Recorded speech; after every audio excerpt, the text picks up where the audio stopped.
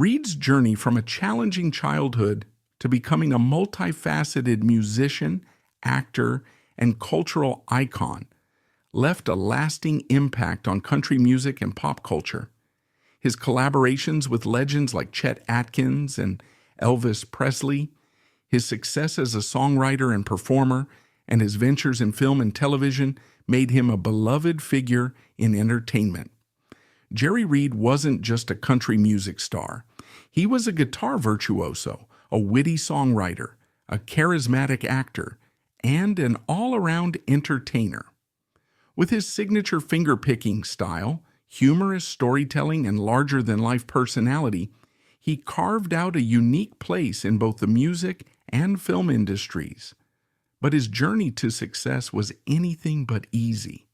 From a tough childhood in Georgia to becoming one of Elvis Presley's go-to guitarists, Reed's story is one of determination, raw talent, and an unstoppable passion for music. Let's dive into the incredible life and career of Jerry Reed, a man who not only played the guitar, but completely reinvented how it was played. Jerry Reed Hubbard was born on March 20th, 1937, at Grady Memorial Hospital in Atlanta, Georgia. He was the second child of Robert Spencer Hubbard and Cynthia Leona Hubbard, née Dial. However, his childhood was filled with challenges. When he was just 4 months old, his parents divorced, leaving him and his older sister in difficult circumstances. For the next 7 years, Reed was placed in foster homes and orphanages, moving between different households. These early struggles played a crucial role in shaping his resilience and determination, qualities that would later define his career. In 1944, Reed was finally reunited with his mother and stepfather. Despite his difficult upbringing, he never lost his passion for music. From a young age, he was fascinated by the sounds he could create using everyday objects. At just 5 years old, he would sit on a wood pile behind his house, tapping out rhythms and imagining melodies in his head. For Reed, music wasn't just a pastime, it was his escape and source of comfort. A major turning point in his life came when he was 8 years old. His mother, despite her financial struggles, managed to buy him a $2 guitar. This was far more than just a gift. It became the key to his musical future. Cynthia taught him his first basic chords, G, C, and D, laying the foundation for his unique playing style. From that point on, his guitar never left his side. He began playing at family gatherings, community events, and small local shows, continuously honing his skills. Throughout the 1940s, Reed was exposed to a variety of musical influences. Atlanta was a cultural melting pot where genres like country, gospel, blues, Appalachian folk, and honky-tonk blended together. One of his earliest inspirations was church music, which introduced him to soulful gospel melodies. He also became a devoted listener of the Grand Ole Opry radio program, dreaming of one day performing alongside legendary country musicians. One of the most pivotal moments in Reed's musical journey came when he first heard Merle Travis play Cannonball Rag. The song's intricate finger-picking technique amazed him, and he became determined to master it. He spent hours every day practicing, trying to replicate Travis's revolutionary playing style. As he grew older, he found even more inspiration in Chet Atkins, one of the most influential guitarists and producers in country music history. Atkins's technically brilliant yet emotionally rich playing left a profound impact on Reed, teaching him how to use his thumb to maintain rhythm while his fingers played the melody, a technique that would later become his signature sound. By the time Reed was a teenager, his raw talent was impossible to ignore. Performing at local concerts, he quickly gained recognition and even had the chance to share the stage with country music greats like Ernest Tubb and Farron Young. His passion for music was so strong that he made a bold decision. He dropped out of O'Keefe High School before graduating to pursue a professional career in music. Although little information is available about Reed's older sister, it is clear that his early struggles and his mother's unwavering support played a vital role in shaping his musical career. Despite facing a challenging childhood, Reed's dedication, resilience, and talent ultimately set him on a path to success. Jerry Reed's career began picking up steam in the late 1950s as he started gaining recognition as both a songwriter and performer. In 1959, he made his first real impact on the music charts when his single, Soldier's Joy, reached Billboard's bubbling under the top 100, a sign that he was on the verge of breaking through. However, just as his career was beginning to take off, Reed was drafted into the U.S. Army, forcing him to put his musical ambitions on hold. Despite his military service, his songwriting career continued to gain momentum. While he was stationed in the Army, Brenda Lee, one of the biggest female country and pop singers of the time, recorded his song That's All You Got to Do in 1960. The track became a success, proving that Reed's talent as a songwriter was strong enough to keep him relevant even when he couldn't actively pursue music himself. After completing his 2-year service, Reed moved to Nashville in 1961, determined to fully dedicate himself to his craft. Once in Nashville, Reed quickly established himself as a versatile and in-demand session guitarist, playing on recordings for other artists while also pursuing his own music. In 1962, he found moderate success with 2 singles, Goodnight Irene, released under the name Jerry Reed and the Hully Girlies, featuring a female vocal group, and Hully Gully Guitar. These tracks eventually caught the attention of Chet Atkins, the legendary RCA Victor producer and guitarist who saw Reed's potential. Atkins helped produce Reed's 1965 single, If I Don't Live Up to It, marking the beginning of a partnership that would significantly influence Reed's future. Reed's breakthrough moment came in 1967 when he released Guitar Man, a song that showcased his signature finger-picking guitar technique and confident blues-infused country style. Though the song only peaked at number 53 on the country charts, it caught the attention of Elvis Presley, who was so impressed by Reed's unique playing that he insisted on recording it himself. However, when Presley attempted to recreate the song in the studio, he found that none of his session guitarists could match Reed's distinctive sound. At the time, Reed was out on the Cumberland River fishing when he received a call from Felton Jarvis, Presley's producer at RCA Victor. Jarvis explained that Elvis had been struggling to get the right sound for Guitar Man all day and wanted the recording to match Reed's original version. Reed recalled telling him, "Well, if you want it to sound like that, you're going to have to get me in there to play guitar because these guys are straight pickers. I pick with my fingers and tune my guitar up in all kinds of weird ways." Jarvis took his advice and brought Reed into the studio. The moment Reed hit the intro, Elvis's face lit up, and the recording session immediately fell into place. After nailing Guitar Man, Presley went on to record Reed's song U.S. Mail during the same session. Reed later described the experience as one of the biggest highlights of his career, saying, "I was topping cotton, son." His collaboration with Presley didn't stop there. He also played guitar on Big Boss Man, 1967, Too Much Monkey Business, Stay Away, and Goin' Home, 1968. Reed's momentum only grew stronger in the early 1970s. Following the success of Amos Moses in 1970, a song that masterfully blended country, rock, funk, and Cajun influences, Reed partnered with his mentor, Chet Atkins, to release the instrumental album, Me and Jerry. Their collaboration was met with critical acclaim, earning them the Grammy Award for Best Country Instrumental Performance. That same year, Reed became a regular on the Glenn Campbell Good Time Hour, further solidifying his status as a household name.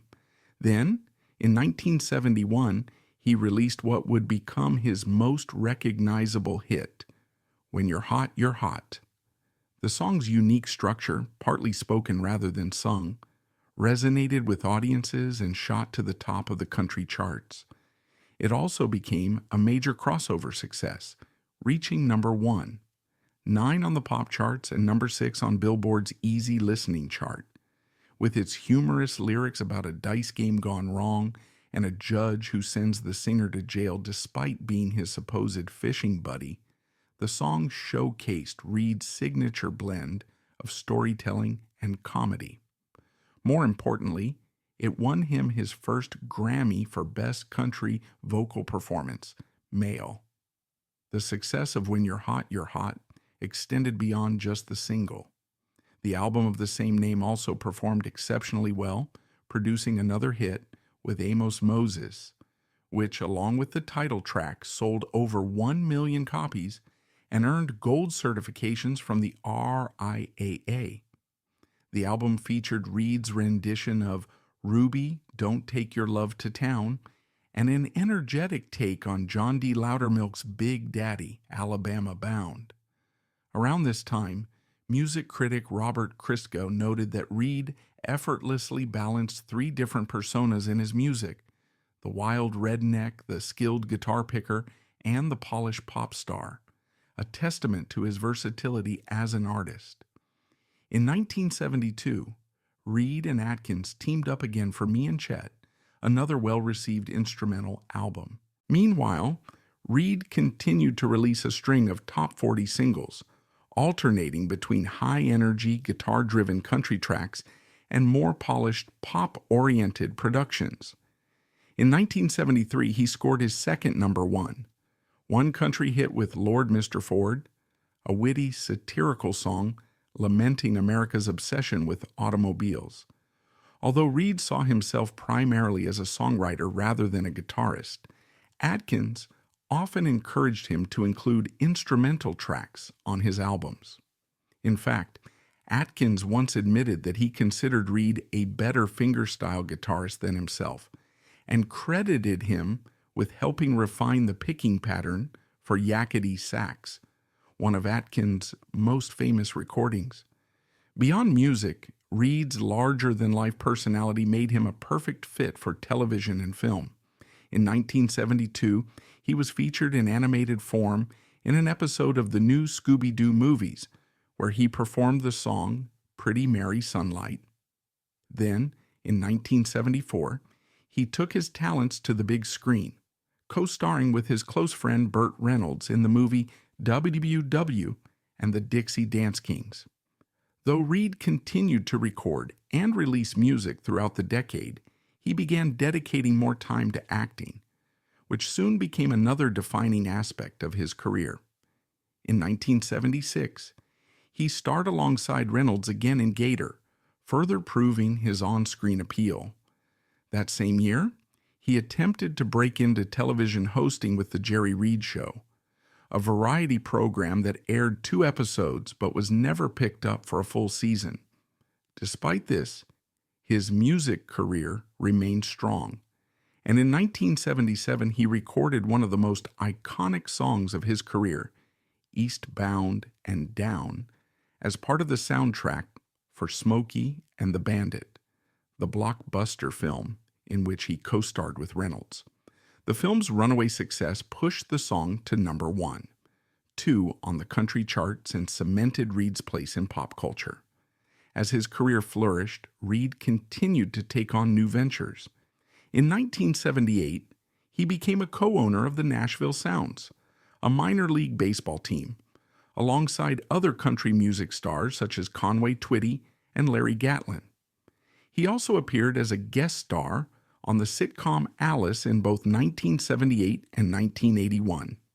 In 1979, he released Half and Half, an album that featured both vocal and instrumental tracks, followed a year later by Jerry Reed Sings Jim Croce, a tribute to the late singer-songwriter. Around this time, he starred in Concrete Cowboys, a made-for-TV movie. Despite his growing success in film and television, Reed never strayed too far from music. In 1980, he was invited to re-record Guitar Man with producer Felton Jarvis, who had worked with Elvis Presley. With Presley on lead vocals and Reed providing an electrified, modernized guitar track, the song climbed to number 1 on the country charts, reaffirming Reed's impact on country and rock music alike. Reed saw another career resurgence in 1982 when he released the satirical hit She Got the Gold Mine, I Got the Shaft, a tongue-in-cheek song about divorce that topped the country charts. It was followed by The Bird, a novelty track that reached number 1, 2. That same year, he starred in Jerry Reed and Friends, a syndicated TV special featuring guest appearances from Burt Reynolds, Glenn Campbell, Brenda Lee, and Jimmy Dean.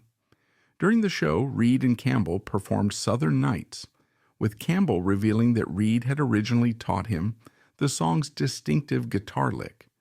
Though his string of chart-topping singles began to slow down in the mid-1980s, Reed remained active. In 1983, he appeared alongside Robin Williams and Walter Matthau in the film The Survivors, and made a guest appearance on the sitcom Mama's Family. He continued releasing music, but his 1986 album Lookin' at You failed to gain traction. As a result, he shifted his focus toward touring and spent much of the late 1980s performing live. In 1992, he reunited with Chet Atkins for Sneakin' Around, an album that marked a return to his instrumental roots. Throughout the decade, he remained a staple in the country music scene, making occasional television appearances and even contributing to Mid-South wrestling commercials. In 1998, he joined forces with Waylon Jennings, Mel Tillis, and Bobby Bare to form the group Old Dogs, recording a self-titled album featuring songs written by Shel Silverstein. That same year, he took on his final major film role as Coach Red Beaulieu in Adam Sandler's hit movie The Waterboy. While on set, actor Henry Winkler recalled that Reed taught him how to bass fish, a testament to his easygoing, down-to-earth nature. Even in the 2000s, Reed's influence remained strong. His song Amos Moses was featured in the video game Grand Theft Auto, San Andreas in 2004, and in 2005, guitarist Eric Johnson paid tribute to him with the track Tribute to Jerry Reed. He also made guest appearances on fishing shows, showcasing his lifelong passion for the sport. Meanwhile, his music continued to reach new audiences. In 2013, Grand Theft Auto V featured You Took All the Ramblin' Outta Me, and in 2022, his song Talk About the Good Times was used as the opening theme for the TV series Sprung. From his early struggles as a young musician to his rise as a Grammy-winning artist, accomplished guitarist, television personality, actor, and cultural icon, Jerry Reed left an undeniable mark on country music and beyond. His ability to seamlessly blend humor, storytelling, and unparalleled musicianship ensured that his legacy would live on for generations. Jerry Reed formed one of his closest and most enduring friendships with Burt Reynolds, a relationship that would not only shape his acting career, but also become one of the most cherished aspects of his life. The two first crossed paths on the set of WW and the Dixie Dance Kings in 1974, where Reed had a supporting role in the crime comedy film. Reynolds, already a well-established Hollywood star, was quick to notice Reed's natural charisma, comedic timing, and screen presence. Recognizing his potential as more than just a musician, Reynolds encouraged Reed to pursue acting more seriously and later cast him in Gator, 1976, an action film that Reynolds both directed and starred in. The role allowed Reed to show off his playful yet tough persona, making him a memorable presence on screen and proving that he had what it took to hold his own in Hollywood. However, Reed's true breakthrough in film came in 1977 with the release of Smokey and the Bandit, a movie that became a cultural phenomenon. Cast as Cletus Snowman Snow, a free-spirited truck driver and Bandit's loyal partner in crime, Reed effortlessly stole scenes with his light-hearted charm, humor, and undeniable chemistry with Reynolds. His character, a relatable everyman with a mischievous streak, resonated deeply with audiences and became one of the most beloved figures in the film. Beyond acting, Reed also left his mark on the movie's soundtrack. He wrote and recorded Eastbound and Down, the high-energy trucking anthem that perfectly captured the rebellious spirit of the film. The song became an instant hit, climbing the Billboard country charts and cementing its place as one of the most iconic country tracks associated with the trucking subculture. The success of Smokey and the Bandit turned Reed into a Hollywood favorite, and he went on to co-star in the film's sequels, Smokey and the Bandit 2, 1880, and Smokey and the Bandit 3, 1883. While the first film remains the most legendary, Reed's continued presence in the sequels reinforced his status as a fan-favorite character. Outside of the Bandit films, Reed and Reynolds continued to work together on other projects, including Highballin', 1978, and Hot Stuff, 1979, showcasing their effortless, comedic, and action-packed dynamic. Beyond their professional collaborations, Reed and Reynolds developed a deep and lasting friendship. They often spent time together off-set, sharing a love for cars, country music, and humor. Their bond was so strong that Reynolds gifted Reed a 1980 Pontiac Trans Am, the legendary car from Smokey and the Bandit, as a personal token of their friendship. The two frequently praised each other in interviews, with Reynolds often describing Reed as one of the most genuine, talented, and funniest people he had ever met. Their relationship was built on mutual respect, shared success, and an easygoing camaraderie that made them one of Hollywood's most memorable duos. While Reed enjoyed a successful career in both music and film, his personal life remained remarkably stable, a rare feat in the entertainment industry. He married Priscilla Prissy Mitchell on July 9, 1959, long before he became a star. Priscilla, a talented country singer in her own right, was a member of the Nashville Edition, a highly respected vocal group that provided backing vocals for many country artists. Unlike many high-profile marriages in the industry, Jerry and Priscilla's union stood the test of time, lasting nearly 50 years until Reed's passing in 2008. Their marriage was built on mutual understanding, love for music, and unwavering support for each other's careers. While Reed was busy building his career as a musician, songwriter, and actor, Priscilla maintained a quieter but equally important role in his life. She stood by his side through the highs and lows, offering stability in an industry known for its unpredictability. Despite his busy schedule, Reed always made time for his family and his two daughters, Sadina Ann Hubbard, born April 2, 1960, and Charlotte Elaine Lottie Zavala, born October 19, 1970, inherited his love for music. Sadina even recorded a duet with her father titled You Know What in 1978, showcasing the family's musical bond.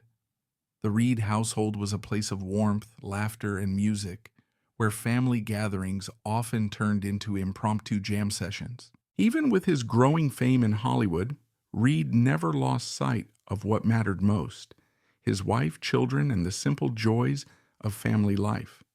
He often spoke fondly of his marriage in interviews, emphasizing that Priscilla was his rock, keeping him grounded despite the whirlwind of his career. Their relationship was an example of commitment and genuine partnership, a rarity among celebrities.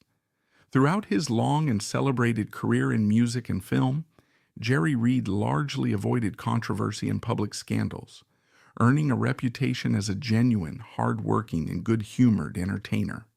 However, one personal struggle that shadowed much of his life was his cigarette addiction. Unlike many artists of his era, Reed never hid his habit. Instead, he frequently joked about his smoking in interviews, often making light of it as part of his down-to-earth storytelling nature. However, behind the humor, smoking had serious consequences for his health and career. Reed picked up the habit at a young age, and by the time he reached the peak of his career, cigarettes had become a constant part of his daily routine. The effects of years of heavy smoking gradually became more apparent, especially in his voice and stage presence. Once known for his dynamic performances, powerful vocals, and boundless energy, Reed began experiencing a noticeable decline in stamina. His voice, once crisp and vibrant, grew raspier over the years, affecting both his singing ability and studio recordings. Fans and industry professionals alike noted the changes, but because Reed remained an exceptional guitarist and charismatic performer, he was still able to captivate audiences. By the 1990s, the long-term impact of smoking became impossible to ignore. His health had begun to deteriorate significantly, with smoking contributing to chronic lung problems and eventually serious heart disease. In June 1999, Reed underwent quadruple bypass surgery, a life-saving procedure that underscored just how much damage smoking had done to his body. Despite the operation, the effects of decades of nicotine dependence lingered. Determined to regain control over his health, Reed made several attempts to quit smoking, but like many lifelong smokers, he found it extremely difficult to break the addiction completely. Rather than keeping his struggles private, Reed decided to turn his personal battle into a lesson for others. He joined an anti-smoking campaign using his platform to share his experience openly. Unlike many celebrity endorsements that took a generic, impersonal approach, Reed was honest and unfiltered about the challenges of quitting. He spoke candidly about his frustrations, multiple relapses, and the overwhelming difficulty of breaking a habit he had maintained for most of his life. Even in discussing something as serious as addiction, Reed never lost his sense of humor. He often laughed at himself, joking that quitting smoking was harder than learning a complicated guitar solo or memorizing lines for a movie. His relatable and down-to-earth attitude made his message more genuine, resonating with fans who face similar struggles. While he was unable to fully overcome the addiction, his willingness to address the issue head-on made an impact. It showed another side of Reed, not just as a musician and actor, but as a human being with real struggles, vulnerabilities, and the courage to talk about them openly. As the years went by, Jerry Reed's health gradually declined, largely due to heart disease and chronic lung complications, emphysema, both long-term consequences of his lifelong smoking habit. By the late 1990s, he had already undergone quadruple bypass surgery to address his worsening heart condition. But despite medical interventions, the damage from decades of smoking continued to take its toll.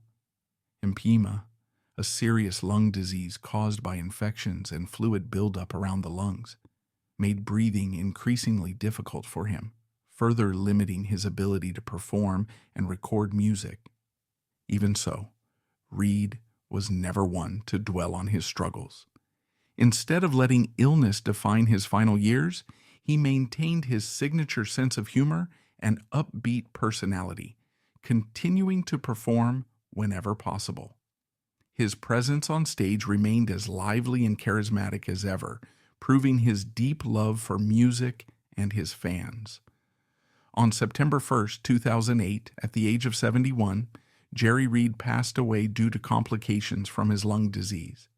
His death marked the loss of one of country music's most distinctive talents, and the outpouring of grief from fans, fellow musicians, and the entertainment industry was immediate. Just a week after his passing, the Grand Ole Opry paid tribute to him in a way that perfectly honored his legacy. The Roadhammers performed Eastbound and Down, the high-energy trucking anthem that had defined his musical career. It was a fitting farewell, reminding the world of Reed's incredible contributions, not only to country music, but to pop culture as a whole. Even though he was gone, Reed's influence never faded. His innovative guitar style, sharp songwriting, and infectious personality continued to inspire musicians across genres. Artists such as Brad Paisley and Steve Werner publicly credited Reed as a major influence, with Paisley even incorporating Reed's trademark fingerpicking techniques into his own guitar playing. Meanwhile, Reed's music remained widely celebrated.